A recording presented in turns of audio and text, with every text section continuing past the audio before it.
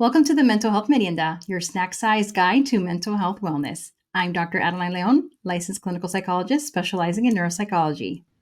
And I'm Michelle Young, licensed clinical social worker. So we'll be staying on the topic of dating and relationships this week. So for today's episode, we're going to talk about how to spot red flags while dating or when you're in a relationship and how to overcome those. And so relationship red flags are warning signs of possible unhealthy or even toxic patterns or behaviors between you and your partner. But how prevalent are these red flags in relationships? So the nonprofit organization Mental Health America highlighted how to eliminate toxic influences in a 2020 project and found that an average of 80% of Americans have experienced emotional abuse. Although I'm not surprised, it is an alarming number.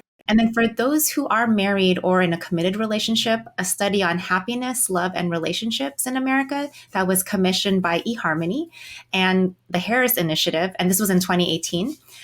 This study showed that 64% of Americans are very happy in romantic relationships with their partner or spouse. And actually, I think they did a more recent study, I think in 2022, and that jumped up to 75%.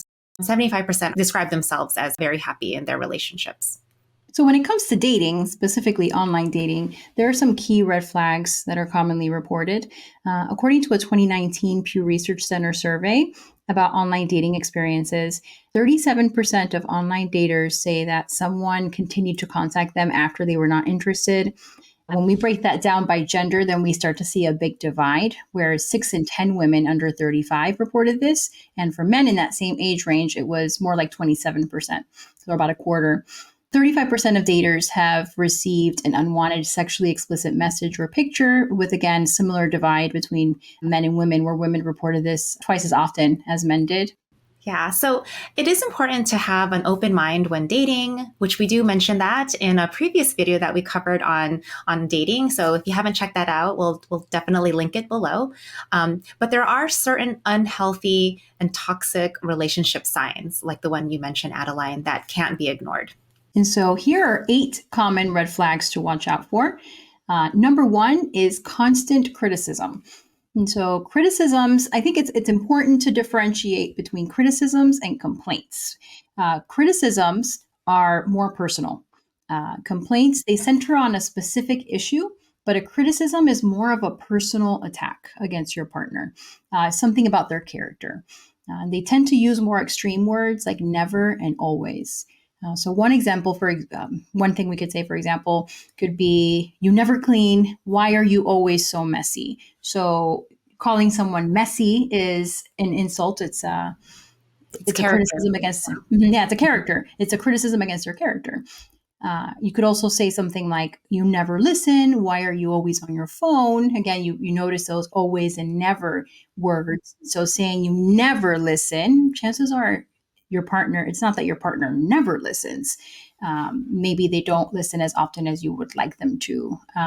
Maybe they do spend a little more time on their phone. But when it comes to how to resolve some of these, definitely make sure to tune in to our next episode, because we'll be covering that and how to resolve some of these issues. But number 2, in terms of red flags, is defensiveness. So this is an attempt at self-protection in response to a criticism or a complaint. But it's done, this is a key here, it's done without accepting responsibility in a situation. So it's a counterattack, and that places blame on the other person. And so we could say something like, if my partner asked me to pick up his dry cleaning and I agree to, and let's say I forget, instead of saying I forgot, I could say something like, I know I agreed to pick up your dry cleaning, but I've been very busy at work. Why don't you just go pick it up yourself? So yes, he could pick it up himself, but if I agreed to and I forgot, instead of accepting that responsibility and saying I forgot, then I'm now saying that I'm now placing the blame back on him. Yeah, another thing, ping pong like effect of like blame, your fault, my fault, your fault, my fault, and it's not really resolving anything at the end of the day. Mm-hmm. Yeah, and that ping pong game could go on for a while without proper, I guess forever, without proper, working it out and being mindful of the situation, right? Which again, tune into. We'll do that at a next video. Mm-hmm. Yes. Number 3 is contempt. Now, contempt refers to treating a partner with disrespect or mocking them. So, verbal contempt could be sarcasm, name calling, ridicule, mimicking. And body language also plays a big part in contempt. So, body language contempt could be eye rolling, That's a sneering. big one, right? Eye rolling. Mhm. Yeah. Yeah, and I think about eye rolling, it's easy to do it without really even noticing it. It could be so subtle, but the message that it sends is so strong. It sends this message to your partner that they're worthless. It's toxic to a relationship because it conveys like disgust, superiority, it's so harmful to a relationship to have these contempt feelings towards someone. And research has actually shown that contempt is the number one predictor of divorce. So really important to make sure that this is resolved. And so again, to give you an example of contempt, again, eye rolling is one. When it comes to verbal contempt, it could be, if your partner locked themselves out of the house, and this is something that they tend to do, and they have maybe a pattern of doing this, you say, oh, you locked yourself out of the house again. Oh, you constantly forget things. So it's this, oh, you are doing this. You always do this. You're constantly forgetting things. There's definitely also some criticism in there, but yeah. In addition to that, it's that is in that that that kind of, I'm so exasperated with you. Why can't you just figure this out? And that it can be so harmful to the person's self esteem and then also your relationship. Yeah, and I think too something that's needed in any relationship, not just romantic, is patience and someone understanding that we make mistakes sometimes, and then with this contempt, like you're not even that kind of understanding that patience is like out the door. You're like, ugh, you did this again, ugh. And with the eye roll, I just did it. I probably eye roll a little too well. I gotta work on We're that. all guilty of it sometimes. We're not perfect. Uh, we all have Yeah. little moments, but I think the big thing with these red flags is making sure that it's not a pattern in your It's not relationship. all the time. Yeah, yeah. But with this contempt, it's like, the patience is gone. Like you just are seeing like the negative and you're just like honing in on it. And that's all you see. And imagine how that makes the other person feel. Hmm. Yeah. Number four is emotional and physical distance. So, if you and your partner have withdrawn, you avoid deep conversation or conflict. This doesn't mean, with distance, it doesn't mean that you think of couples where they live in different parts of the house and they never really interact with each other. It doesn't have to be that extreme. It could be that you are technically spending some time together, but you never argue, which that's not a good thing, not arguing. Definitely not. Yeah. That's not a sign of like, Mhm. oh, everything's going well and this is a healthy relationship. No. No, no, it's not. What it means is that you're not addressing conflicts, because in any relationship, you'll have conflicts. And conflict is a reflection of, you're blending your lives together, you're building a life together. And I'm not talking about just marriage, marriage, living together, even dating. You're getting to know each other, and so you'll have a few bumps along the road, and that's fine. But in these relationships where you never argue, it's likely that one or both of you is conflict aversive, so you avoid conflict, which isn't good. It could be also that just you don't connect anymore for different reasons. You don't spend time together anymore. You rarely have sex or don't have sex. It's an expression of intimacy in a relationship. It's an expression of closeness in a relationship, and it's not just physical. It's really, really important in a relationship. And oftentimes, especially if you see a decline in how often you're having sex with your partner, that can be indicative of a bigger issue. Um, and so, oftentimes, when we see these, if they persist, sometimes you can see this. I will say, shortly after having a child, it's not unusual to see some of these, but that's temporary, which Michelle can, yeah, attest to that with having children. It's temporary. It's a very stressful situation. It's a temporary kind of blip in things, because you might not be as connected and close to each other because you're so focused on the child, on the baby. But if it's an ongoing pattern, even beyond that, then sometimes that could be signs that are common precursors to a divorce. Yeah. And I think too, when changes occur, like having a baby is a huge change to any couple, any dynamic. And then talking about it and pointing it out and having that ability to figure out how do we work on this together is part Mhm. of that. You have to have that emotional and physical connection to be able to work through that, not just ignoring Mhm. that there's this change and you might be feeling a certain way, the other person might be feeling a certain way, and ignoring it. So again, like when the argue, just because you don't argue about it doesn't mean it's everything's a-okay, as we know. So number 5 is a lack of trust. So trust can be lost in a relationship due to dishonesty. So dishonesty could present itself as someone's frequently lying, or even like leaving information out. So leaving things out by omission. So both, cause dishonesty and this lack of trust in a relationship. Also, any betrayal, any actions that show unreliability. So you can't rely on this person when you need them. So, one of the big issues that happens with adultery, with addiction, and why it becomes so harmful in relationships is because when those things happen, there is this lack of trust. There's this trust there's this betrayal that's happened that now shakes the foundation of that trust in the relationship, or it destroys it completely. Secrecy, and that can also affect the trust in a relationship too. Yeah. When there's any sort of secrecy, again, like that whole being dishonest, and it's not just lying, but it can also be withholding information. You that impacts the intimacy, that impacts your connection, and maybe and I think too, when it comes to any sort of secrecy, you can't expect to keep a secret forever. I don't know if sometimes we think we can try to keep something a secret forever, but things eventually do come out, and even before that information comes out, leading up to that, there's usually a change in the connection, the change in the relationship. Like one partner is going to feel like some sort of difference. Wouldn't you agree, Adeline? There's something that's missing, or something that's a disconnect there. And so even if that secret hasn't come out yet, there is, leading up to it, this issue where something's off. I think couples sometimes can point out, like maybe they didn't realize, what the secrecy issue was, whether it was adultery or addiction or something that's happened. But there's something like kind of leading up that there's something that's off about them. And then when you do find out, then you feel like, wow, like I don't even know you.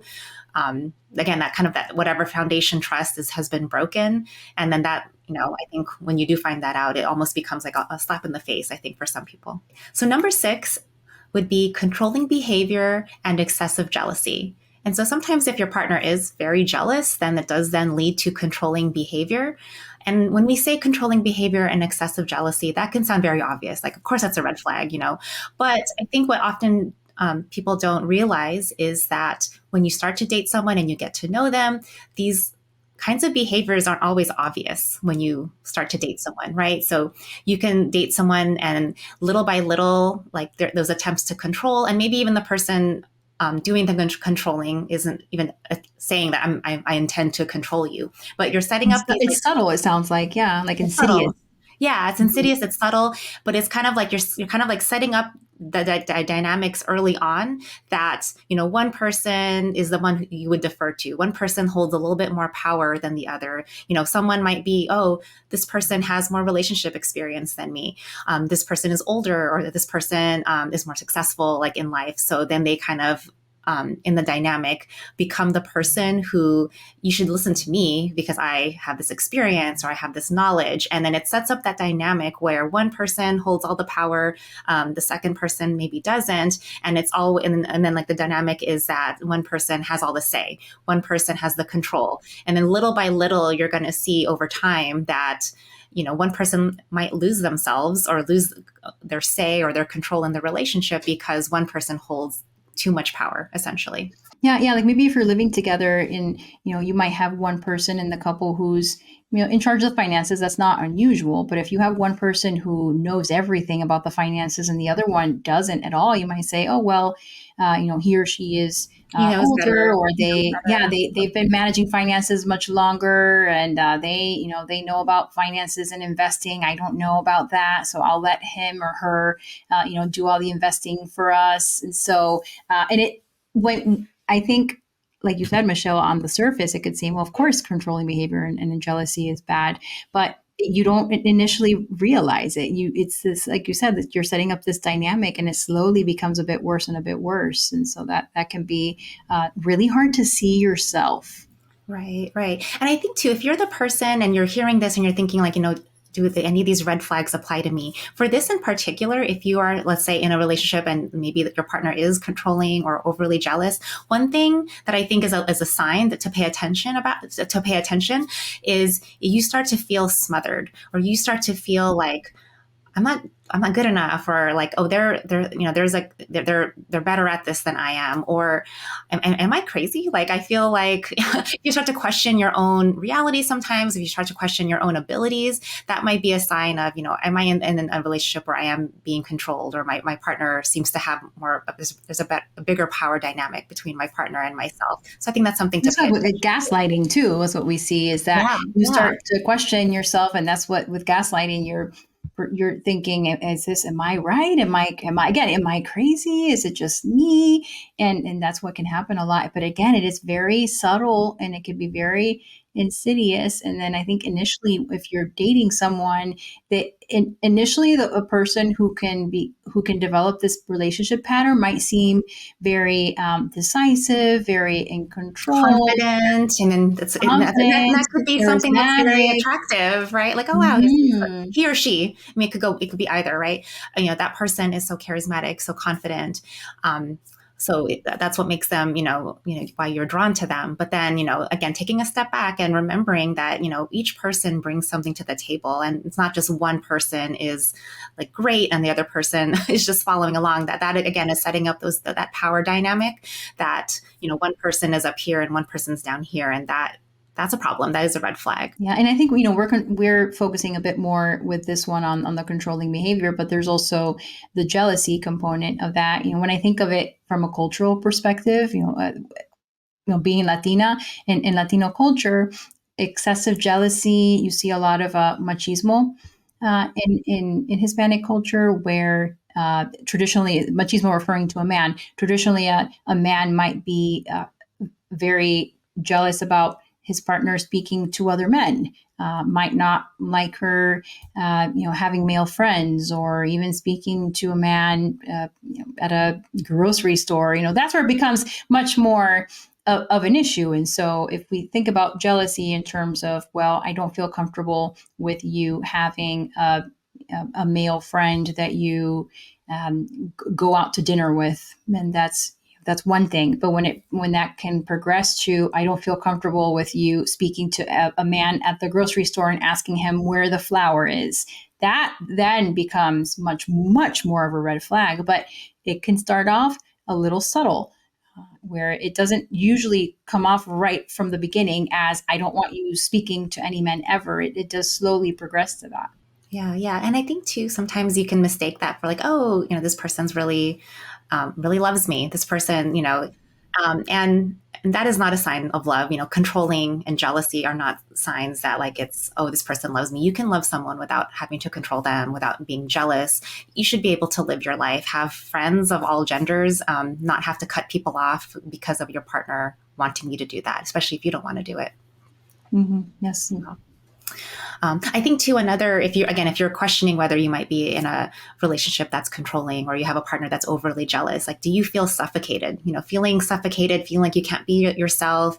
You feel like there's, your partner has like an excessive hold on your life, on, what you want to do, then that's also another sign to pay attention to. All right. So number 7, red flag would be that the other person doesn't have any friends. And then there's this level of codependence. That is a really big red flag. So if your partner, the person you're dating, doesn't have any friends or close relationships of their own, I mean, there's many reasons why that's a red flag. One of which is that you can't be a person's everything. You can't be like their social support, their friend group, their family, everything. And then I think too, it's a big red flag because you want to see how other people like treat their friends, treat their loved ones, treat their family. So if someone doesn't have any friends or any close relationships, what's going on there? Is this person, have bad social skills? Do they have a difficult personality? Are they really negative?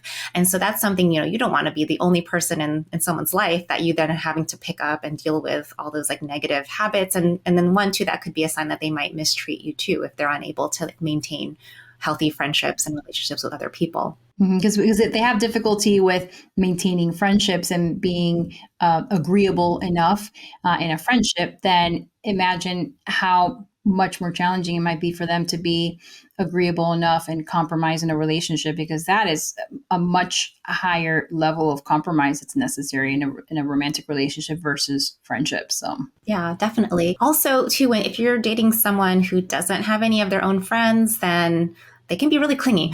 They can, if again, if mhm. you're the only person in their lives that they can go to for support, for comfort, then they're going to start to feel very clingy.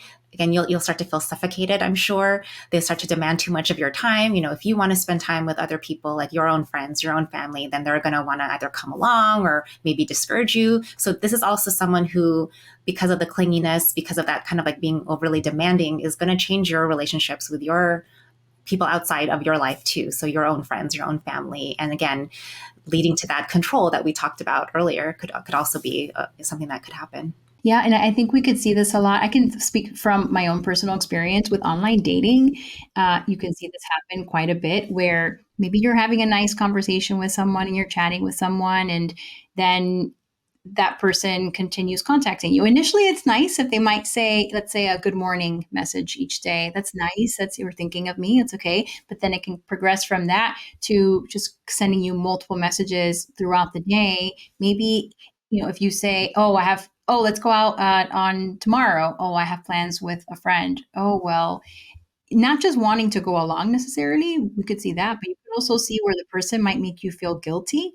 Like, oh, well, but I thought I really wanted to see you and I really enjoyed our first date. I just thought we could go out again. And so, again, when you're with online dating, especially, it could be so hard because often, typically in online dating, you don't have any context that you know the person in. It's not like you know them from work or, through friends, through mutual friends, or through school for people who are in school, where you see them in a social context. At work, you see your coworkers interacting with other coworkers. From online dating, it's just the two of you, and all you have to go off of is what they tell you and what you notice yourself. And you don't really know how they interact with people, or if they have friends, or if they don't have friends, why don't they have friends?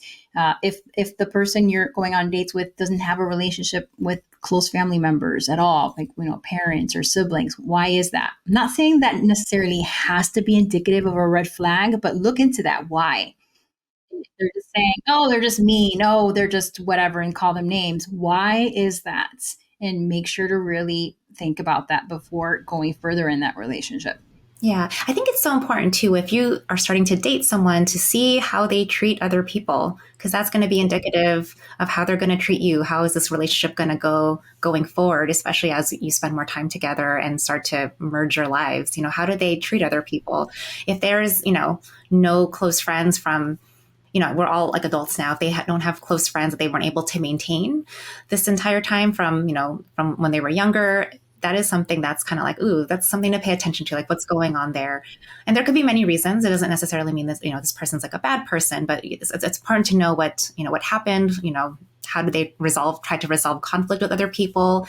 I think too, just like how did they resolve other past relationships, other people that they've dated? How did those breakups happen? Were they done respectfully, or were they done like in a really like, ooh, like that's kind of scary kind of Yeah. way? How do they talk about their ex too? Good Yeah, point. yeah. Really notice that. Yeah. Yeah, I know you don't want to date someone who's still in love with their ex, but then if they like hate them with a passion, that would just be like, oh, what happened, and why are you still so angry? So have they Yeah. not Yeah. gotten over? Hmm. Yeah, exactly. So that's not exactly related to this one. I think it's it doesn't exactly fall under this red flag. It is related to it, but that's a big one to look at. Just essentially with the ex or with family or with friends. I think the point of what you're saying is their social relationships. What is going on with their current and past social relationships? Yeah. And then the last red flag that we have is a lack of healthy, open communication. So I think it's been clear as we've talked about all these red flags how important communication is in any relationship. And communication is the foundation of a relationship, especially romantic. I mean, for platonic and other relationships as well, super important. But for a romantic relationship, this is the foundation. If you're not able to effectively communicate with each other in a healthy way, then there's going to be problems. And I think we said this earlier, but if just because you don't fight doesn't necessarily mean that, things are healthy. I mean, conflicts will arise, and how you get over those conflicts is really important. How you talk to each other when things aren't, when they're, things are maybe a little bit uncomfortable, or so uncomfortable subjects might arise, and how do you deal with that? That is something that's important. I knew someone who would say like, oh yeah, my partner and I, we never fight. It's great. We're doing so well. And I'm like, really? Is it though? And it didn't go very well. Is how that ended. I would have predicted that. Yeah, but just because you don't fight with someone doesn't mean you have a healthy level of communication and it's a healthy relationship. You want to make sure that you know how to have those conversations. So some common unhealthy communication patterns that we often see are passive aggressiveness. That is a big one, and that's actually one too that I think is very common, like culturally. In my culture, I could say sometimes being direct and telling someone directly how you feel is sometimes uncomfortable or not really encouraged, and so you might find they've told somebody else how they felt, and then that then comes around and comes back to you. Also, another thing that's an unhealthy communication pattern is blaming. So I think we also talked about that earlier in some of the red flags. And then also, if there are anger or those kinds of emotions, expressing it in an aggressive way. So like think of like yelling or criticizing, as we said earlier. So those kinds of things are all unhealthy communication patterns, and you're expressing yourself in ineffective ways because it's not going to be done in a way that's allowing for that open, healthy communication. So another example of poor communication is something called stonewalling. So stonewalling is when a partner completely withdraws from the interaction, they shut down, they're not able to continue the conversation, so they close themselves off from the conversation. And this is really unhealthy for many reasons. One, you're not having that communication, you've completely like disengaged from it. But then for the person who's being stonewalled, they feel shut down. They feel that they've been like disconnected and cut off. And for both parties, again, you're not resolving the problem of, talking through whatever the issues may be. You're just shutting it down and not even addressing like the emotional feelings that come along with, if you're feeling upset, if you're feeling unheard or frustrated, you're just kind of like shutting that off, and there's no place for those emotions to go necessarily. So that is another example of unhealthy communication. Yeah, so you see that a lot when people are feeling very flooded with emotion. So if you're in the middle of maybe a heated argument, so those situations where someone might say, "Oh, I can't, I can't do this anymore," and they just walk away, and so that can also, I can imagine, feel very invalidating to the partner who Exactly. has the Invalidating. issue. Yeah. Mm-hmm. Mm-hmm. Yeah. So all of these are red flags that we had talked about. We have 8 here. I'm sure there are others, but we just have this quick 8. But it's really important to try to resolve these things. And just because something is a red flag doesn't mean that it can't be addressed. It can't be fixed. So we'll definitely have a separate video on how to address these things. Yeah, definitely make sure to tune into that one. So we thank you for tuning in to today's video on 8 relationship red flags to watch out for. I'm Dr. Adeline Leon, licensed clinical psychologist. And I'm Michelle Young, licensed clinical social worker. And if you enjoyed this show on relationship red flags, please make sure to like this video and subscribe to our channel. We would really appreciate it. And we would also like to hear from you in the comments.